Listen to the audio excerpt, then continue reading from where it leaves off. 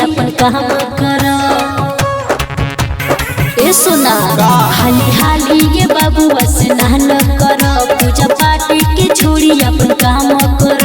अरे यहाँ वो तारी मैया सरदे आवे दे।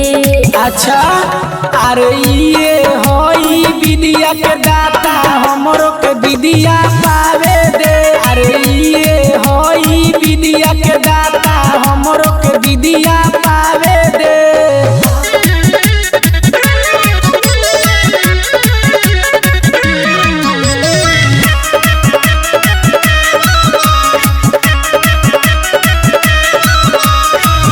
तनी सुन ल तू हमारे बतिया, काहे बितावा तारा जाड़ा में रतिया।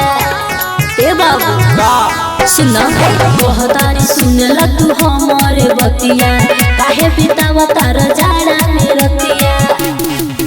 काहे बारू पीछे तू लागो, अच्छा सजावट में रोतानी जागो। सुनो अरे भावो तारी तो दूसरा के ते तो भावे दे।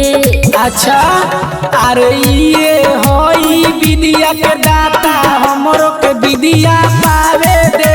अरे ये होई विद्या के दाता, हमरो के विद्या पावे दे।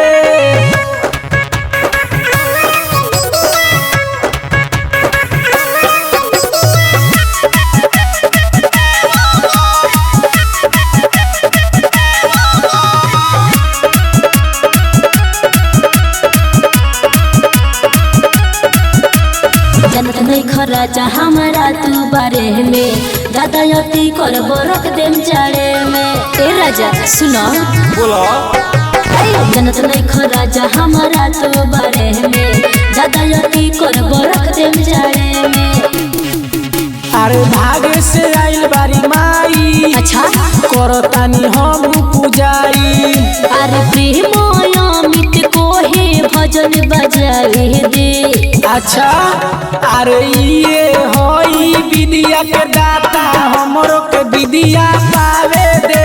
अरे ये होई विद्या के दाता, हमरो के विद्या पावे दे।